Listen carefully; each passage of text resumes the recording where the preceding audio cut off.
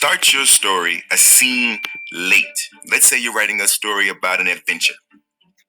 And let's say on this adventure, the main character is going to happen upon a wild bear in the woods. You wouldn't start the story with the main character lacing up their boots, packing up their bags, making sure they have bug repellent. By the time we get to the bear, we're already bored to death. Instead, what you do is you start the story right as the main character hears the rustle in the woods, and immediately we're hooked. What makes you interesting? What are the parts of you that feel really familiar? For instance, perhaps you love to laugh.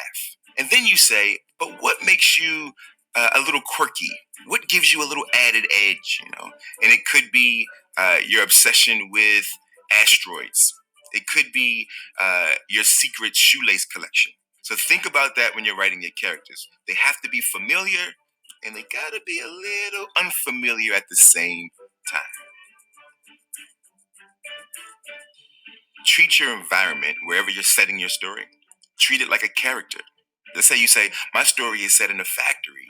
Well, just telling us that your story is set in a factory doesn't really quite bring to life the environment. But if you told us that your story was set in a cold, shaky robot of a building, then we know what a factory feels like, what it smells like, what it sounds like. We know the voice and the personality of a factory. And that is what creates a fantastic, fantastic setting. Shrieking sounds, right? Dun, dun, dun. Oh no. What happens if you get stuck? What happens if you get stuck? Here's the thing. First thing you got to do, take a breath.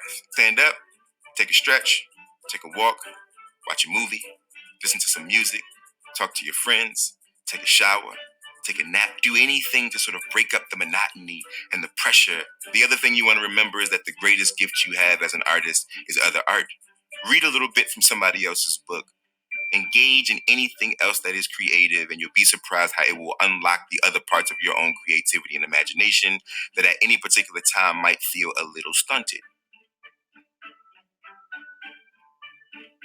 I typically write all the way to the end and I tie it up in a nice, neat little bow. Everybody's happy, all the questions have been answered. And then I delete 3 or 4 pages. It should allow the reader to do a little bit of work for themselves. If it makes you feel like the story feels a little undone, that's probably a good place to stop. First, I want you to read the story over. Read it over, read it slowly, and read it out loud. Listen to your voice saying the words. See if it sounds good to you, if it feels good to you. And then after you do all of that, I want you to rewrite your story. Now, before you freak out, I don't mean rewrite the whole thing as in start all over. This is the time for you to go back in and add a little color, right? Add a little paint where it ain't, as they say. I cannot wait to see what you all create.